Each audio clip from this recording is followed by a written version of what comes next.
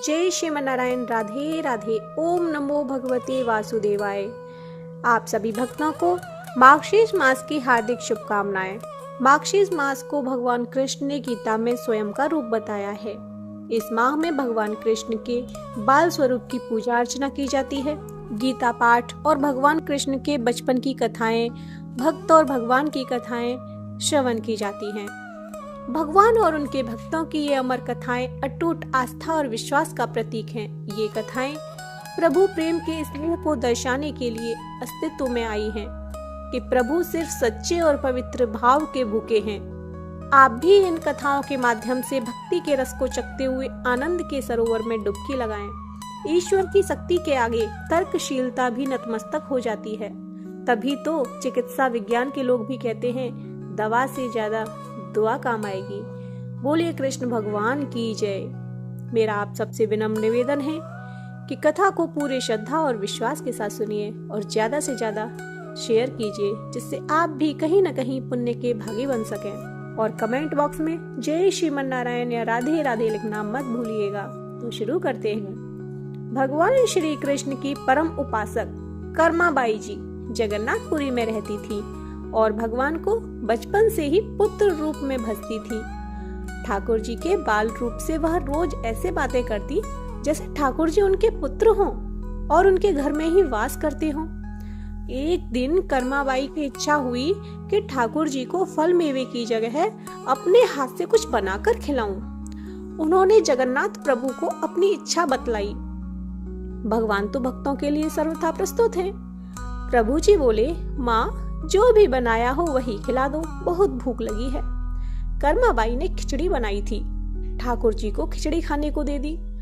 प्रभु बड़े चाव से खिचड़ी खाने लगे और कर्माबाई ये सोचकर भगवान को पंखा झलने लगी कि कहीं गरम खिचड़ी से मेरे ठाकुर जी का मुंह न जल जाए। संसार को अपने मुख में समाने वाले भगवान को कर्माबाई एक माता की तरह पंखा कर रही हैं और भगवान भक्त की भावना में भाव विभोर हो रहे हैं। भक्त वत्सल भगवान ने कहा, माँ मुझे तो खिचड़ी बहुत अच्छी लगी, मेरे लिए आप रोज खिचड़ी ही पकाया करें, मैं तो यही आकर खाऊंगा। अब तो कर्माबाई जी रोज सुबह उठती और सबसे पहले खिचड़ी बनाती, बाकी सब कुछ बाद में करती थी। भगवान भी सुबह सवेरे दौड़े आते और आते ही कहते, माँ जल्दी से मेरी प्रिय खिचड़ी लाओ। प्रतिदिन का यही क्रम बन गया। भगवान सुबह सुबह आते, भोग लगाते और फिर चले जाते। एक बार एक महात्मा कर्माबाई के पास आया। महात्मा ने उन्हें सुबह सुबह खिचड़ी बनाते देखा तो नाराज होकर कहा, माताजी आप ये क्या कर रही हो? सबसे पहले नहा धोकर पूजा पाठ करनी चाहिए, लेकिन आपको तो पेट की चिंता सताने लगती है। कर्माबाई बोली, क्या करूं महाराज जी, संसार जिस भगवान की पूजा अर्चना कर रहा होता है वही सुबह सुबह भूखे आ जाते हैं, उनके लिए ही तो सब काम छोड़कर पहले खिचड़ी बनाती हूँ। महात्मा ने सोचा कि शायद कर्माबाई की बुद्धि फिर गई है। यह तो ऐसे बोल रही है जैसे भगवान इसकी बनाई खिचड़ी के ही भूखे बैठे हों। महात्मा कर्माबाई को समझाने लगे, माताजी तुम भगवान को अशुद्ध कर रही हो। सुबह स्नान के बाद पहले रसोई की सफाई करो, फिर भगवान के लिए भोग बनाओ। अगले दिन कर्माबाई ने ऐसा ही किया। जैसे ही सुबह हुई भगवान आए और बोले, माँ मैं आ गया हूँ, खिचड़ी लाओ। कर्माबाई ने कहा, प्रभु अभी मैं स्नान कर रही हूँ, थोड़ा रुको। थोड़ी देर बाद भगवान ने फिर आवाज लगाई, जल्दी करो माँ, मेरे मंदिर के पट खुल जाएंगे, मुझे जाना है। वह फिर बोली, अभी मैं रसोई की सफाई कर रही हूँ प्रभु। भगवान सोचने लगे कि आज माँ को क्या हो गया है, ऐसा तो पहले कभी नहीं हुआ। फिर जब कर्माबाई ने खिचड़ी परोसी तब भगवान ने झटपट करके जल्दी जल्दी खिचड़ी खाई, परंतु आज खिचड़ी में भी रोज वाले भाव का स्वाद भगवान को नहीं लगा था। फिर जल्दी जल्दी में भगवान बिना पानी पिए ही मंदिर में भागे। भगवान ने बाहर महात्मा को देखा तो समझ गए कि अच्छा तो ये बात है, मेरी माँ को यह पट्टी इसी ने पढ़ाई है। अब यहाँ ठाकुर जी के मंदिर के पुजारी ने जैसे ही मंदिर के पट खोले तो देखा भगवान के मुख पर खिचड़ी लगी हुई है। पुजारी बोले, प्रभु जी ये खिचड़ी आपके मुख पर कैसे लग गई है? भगवान ने कहा, पुजारी जी मैं रोज मेरी कर्माबाई के घर पर खिचड़ी खाकर आता हूँ, आप माँ कर्माबाई जी के घर जाओ और जो महात्मा उनके यहाँ ठहरे हुए हैं उनको समझाओ। उसने मेरी माँ को गलत कैसी पट्टी पढ़ाई है। पुजारी ने महात्मा जी से जाकर सारी बात कही कि भगवान भाव के भूखे हैं। यह सुनकर महात्मा जी घबराए और तुरंत कर्माबाई के पास जाकर कहा, माताजी माफ करो, ये नियम धर्म तो हम संतों के लिए हैं। आप तो जैसे पहले खिचड़ी बनाती हो वैसे ही बनाएं। आपके भाव से ही ठाकुर जी खिचड़ी खाते रहेंगे। फिर एक दिन आया जब कर्माबाई के प्राण छूट गए। उस दिन पुजारी ने मंदिर के पट खोले तो देखा भगवान की आंखों में आंसू हैं और प्रभु रो रहे हैं।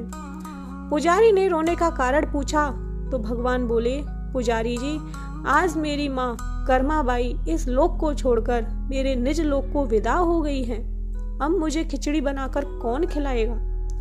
पुजारी जी ने कहा, प्रभु जी आपको माँ की कमी महसूस नहीं होने देंगे। आज के बाद आपको सबसे पहले खिचड़ी का ही भोग लगेगा।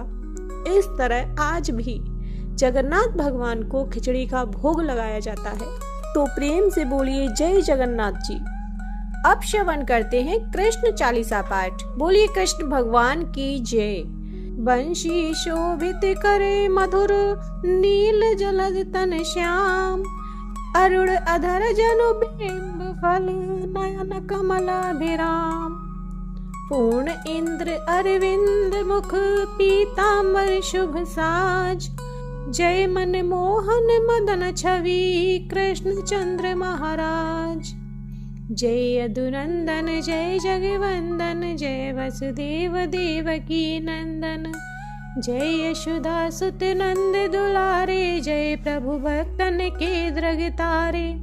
जय नट नागर नाथ नथैया, कृष्ण कन्हैया धेनु चरैया। पुनि नख पर प्रभु गिरिवर धारो, आओ दीनन कष्ट निवारो। वंशी मधुर अधर धर टेरो, होवे पूर्ण विनय यह मेरो। आओ हरि पुण्य माखन चाखो, आज लाज भारत की राखो। गोल कपोल चिबुक अरुणारे, मृदु मुस्कान मोहिनी डारे। राजित राजीव नयन विशाला, मोर मुकुट वैजंती माला। कुंडल श्रवण पीत पट आछे, कट कंकिणी काछनी काछे। नील जलज सुंदर तन सोहे, छवि लखि सुर नर मुनि मन मोहे।